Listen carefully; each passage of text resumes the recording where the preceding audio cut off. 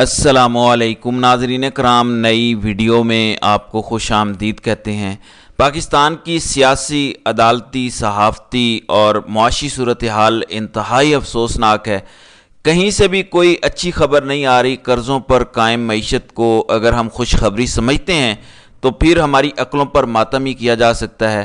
ایک IMF کا programme ابھی ختم نہیں ہوا تو دوسرے پروگرام کی نوید سنائی جا رہی ہے، اور وہ پروگرام اس سے بھی ڈبل رقم میں ہوگا۔ اس کو بھی خوشخبری سمجھا جا رہا ہے، بجائے اس کے کہ اپنے اللے تللے کم کیے جائیں، اخراجات کم کیے جائیں، اصلاحات کی جائیں، خود انحصاری کی طرف بڑھا جائے۔ ایسا کچھ نہیں ہے، بلکہ اس سے بڑے بڑے سکیم اور بڑے بڑے مالیاتی سکینڈل نظر آ رہے ہیں، اور عمران خان جن کو ہٹایا گیا، جن کے خلاف رجیم چینج آپریشن کیا گیا، ان کی ایک ایک بات درست ثابت ہو رہی ہے۔ 3.5 پونے 4 سالوں میں ایک بھی کرپشن کا کیس عمران خان کے خلاف ثابت نہیں ہو سکا، بلکہ فائل ہی نہیں ہو سکا، بلکہ انتہائی فرسودہ اور بے بنیاد قسم کے جھوٹے مقدمات کا سہارا لینا پڑا، یہاں تک کہ غداری اور بغاوت کے مقدمات درج کروانے پڑے، آفیشل سیکرٹ ایکٹ کا سہارا لینا پڑا، جبکہ حقیقت یہ ہے کہ صرف عمران خان ہی نہیں بلکہ PTI کابینہ کا کوئی بھی وزیر ابھی تک کسی کرپشن کیس میں اندر نہیں ہوا۔ فواد چودھری کو بھی پولیٹیکل وکٹمائزیشن کی بنیاد پر اٹھایا گیا۔ کل پنجاب میں 21 سے زیادہ مقدمات میں ان کی ضمانت ہوئی ہے، 21 دن کی راہداری ضمانت چیف جسٹس اسلام آباد ہائی کورٹ نے ان کو گرانٹ کی ہے۔ وہ جائیں گے اور مختلف عدالتوں میں کیسز کا سامنا کریں گے۔ یہی حال عمر ایوب اور دیگر PTI رہنماؤں کا ہے، خواہ مراد سعید ہوں، علی امین گنڈا پور ہوں، سب کے خلاف بغاوت کے مقدمات درج کیے گئے، دہشت گردی کے مقدمات درج کیے گئے۔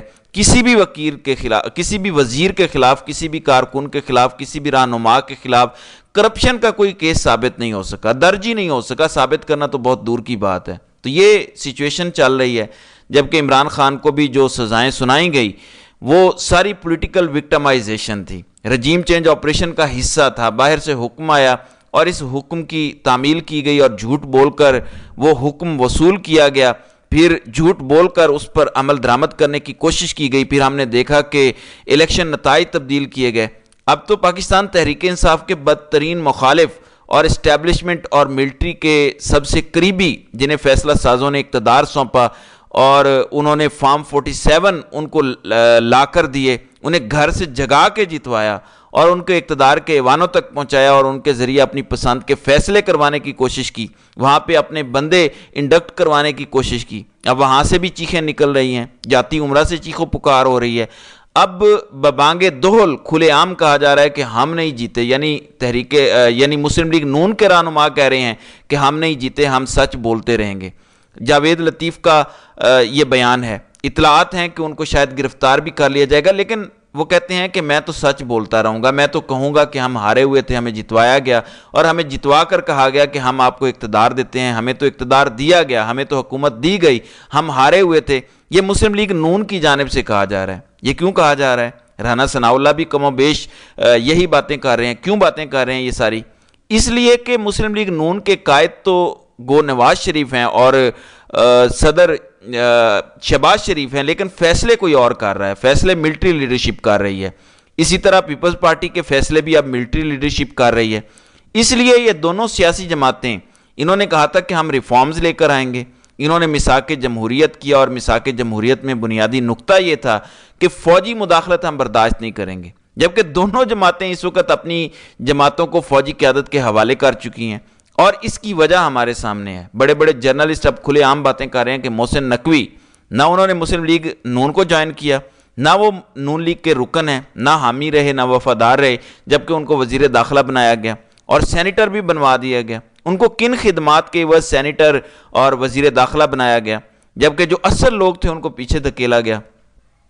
پھر اورنگزیب صاحب وزیر خزانہ بنے، پہلے تو ان کو پاکستانی بنایا گیا، وہ جرمن نیشنلسٹ تھے، پھر ان کو وزیر خزانہ بنایا گیا اور پھر ان کو سینیٹر بنوایا گیا، جبکہ وہ بھی مسلم لیگ نون کے نہیں ہیں۔ اسی طرح فیصل واڈا جو گالم گلوچ کرتے تھے، پیپلز پارٹی کی لیڈرشپ کو برا بھلا کہتے تھے، جو نواز شریف اور مریم نواز کو گالم گلوچ کرتے تھے، ان کو پیپلز پارٹی اور MQM نے سینیٹر بنا دیا، اور وہ منتخب ہوئے آزاد امیدوار کے طور پر۔ پھر انوار الحق کاکڑ جو نگران وزیر اعظم تھے، ان کو بھی سینیٹر بنوایا گیا، جبکہ وہ بھی پیپلز پارٹی یا نون لیگ سے تعلق نہیں رکھتے، لیکن وہ بھی سینیٹر منتخب ہو گئے۔ کن کے ووٹوں سے منتخب ہوئے؟ پیپلز پارٹی، نون لیگ اور JUI کے ووٹوں سے۔ تو اسی طرح ملٹری لیڈرشپ کے 4 نمائندے باقاعدہ پیپلز پارٹی اور مسلم لیگ نون کے ووٹوں سے بطور آزاد امیدوار سینٹ میں پہنچ چکے ہیں۔ پھر یہی کام وفاقی کابینہ میں ہو رہا ہے۔ تو آرٹیفیشل طریقے سے سب کچھ چلانے کی کوشش کی جا رہی ہے، بڑے بڑے سکیم اور سکینڈل آ رہے ہیں۔ پچھلے اربوں روپے مالیت کی کرپشن کے مقدمات تو ختم کرائے گئے، ججوں اور عدلیہ کو دھمکیاں دے کر ختم کروائے گئے، جبکہ اب نئی کرپشن کے سلسلے شروع ہو چکے ہیں۔ ابھی تک کوئی تردید نہیں آئی کہ جو والٹن ایئرپورٹ ہے لاہور کا پرانا، وہ 350 ارب روپے مالیت کا تھا اور 50 ارب روپے میں کیسے فروخت ہوا۔ تو اس مال بناؤ بہتی گنگا میں سبھی ناکو ناک ڈوبے ہوئے ہیں۔ بس مال آنا چاہیے، کہیں سے بھی آئے، کوئی مسئلہ نہیں ہے۔ اب انہی حالات میں جب کہ ہم قرضوں کی معیشت پر چل رہے ہیں، 25 ارب ڈالر کا جو ریکوڈک کا فیڈرل گورنمنٹ کا شیئر تھا وہ سعودی عرب کو ہم نے دینا تھا، معاملات چل رہے تھے، لیکن اب اطلاعات آئی ہے کہ فی الوقت ایسا کچھ نہیں ہو رہا، بلکہ محض 1 ارب ڈالر کی سرمایہ کاری کا انہوں نے وعدہ کیا ہے۔ 25 ارب ڈالر کہاں گئے؟ اب وہاں 1 ارب ڈالر کا معاملہ آ گیا، پھر 100 ارب ڈالر آ رہے تھے، وہ کہاں گئے؟ کچھ پتہ نہیں ہے۔ تو سارے کا سارا نظام ملیا میٹ کر دیا گیا، اور اس وقت جو نظام حکومت ہمیں نظر آ رہا ہے وہ محض ڈرامہ ہے، فراڈ پر مبنی ہے۔ اب اس ساری صورتحال میں تحریک انصاف کی لیڈرشپ اندر ہے، لیکن لوگ جاگ رہے ہیں۔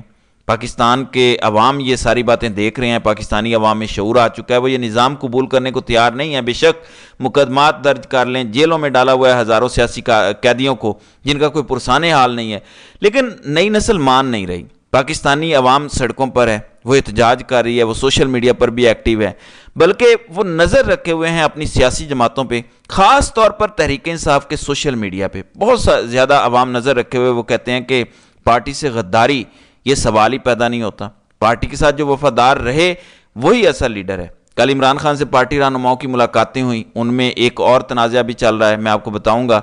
کل ملاقات کرنے والوں میں عمر ایوب، شبلی فراز، رؤوف حسن، اسد کیسر، سینیٹر سیف اللہ نیازی، شاہ فرمان اور اون عباس BP شامل تھے۔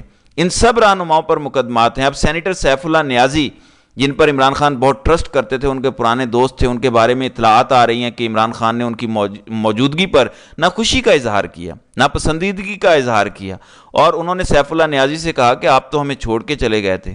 باہر میڈیا ٹاک ہوئی تو میڈیا ٹاک کرنے والے نمائندوں میں سیف اللہ نیازی شامل نہیں تھے، باقی جماعت کے رہنماؤں نے میڈیا ٹاک کی، لیکن سیف اللہ نیازی پیچھے رہے۔ ان کے بارے میں سوال بھی ہوا، لیکن اس سوال کو بھی اگنور کیا گیا۔ بہرحال ایک بات طے ہے کہ کسی بھی صورت تحریک انصاف کے چیئرمین عمران خان کوئی کمپرومائز کرنے کو تیار نہیں ہے، نہ ہی پارٹی کے لوگوں میں سے کسی کے ہاتھوں وہ بلیک میل ہونے کو تیار ہیں۔ جو چھوڑ کے جا چکے ہیں انہیں وہ واپس لینے کو تیار نہیں، اور ان کے بارے میں ان کی پالیسی بڑے واضح ہے۔ کیٹاگوریکلی وہ کہہ چکے ہیں، ایک ریڈ لائن انہوں نے کھینچ دی ہے کہ اس کے بعد کوئی واپسی کا امکان نہیں ہے۔ پھر شیر افضل مروت کا بھی معاملہ چل رہا ہے، لیکن شیر افضل مروت منہ زور لیڈر ہیں، ان کو میں مشورہ دوں گا کہ وہ تھوڑا سا پارٹی ڈسپلن میں آ جائیں، کیونکہ پارٹی ڈسپلن میں رہیں گے تو ہی ان کے معاملات آگے بڑھ سکیں گے۔ پارٹی ڈسپلن کو توڑ کر بہت مشکل ہوگا کہ وہ سروائیو کر سکیں تحریک انصاف میں۔ اس کے لیے ضروری ہے کہ شیر افضل مروت عمران خان کے ساتھ ساتھ باہر موجود لیڈرشپ کے ساتھ بھی انڈرسٹینڈنگ ڈیولپ کریں، اور جو ٹاسک دیا جائے اس کے اکارڈنگ چلیں۔ اس سے پیرل اگر وہ انہوں نے کوئی کام کرنے کی کوشش کی تو میرا خیال ہے وہ ناکام ہو جائیں گے۔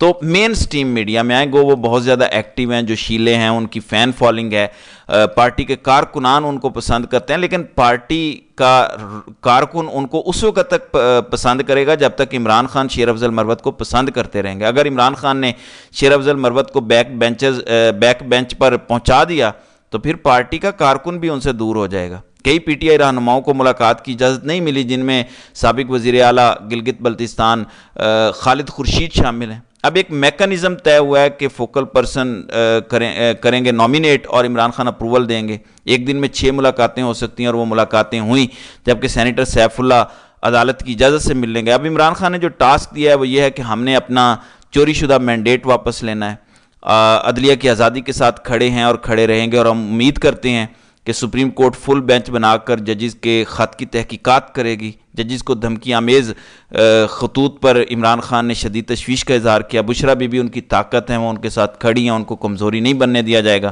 پھر کہا کہ 3 جماعتوں کے علاوہ سب جماعتوں کے ساتھ بات چیت ہوگی۔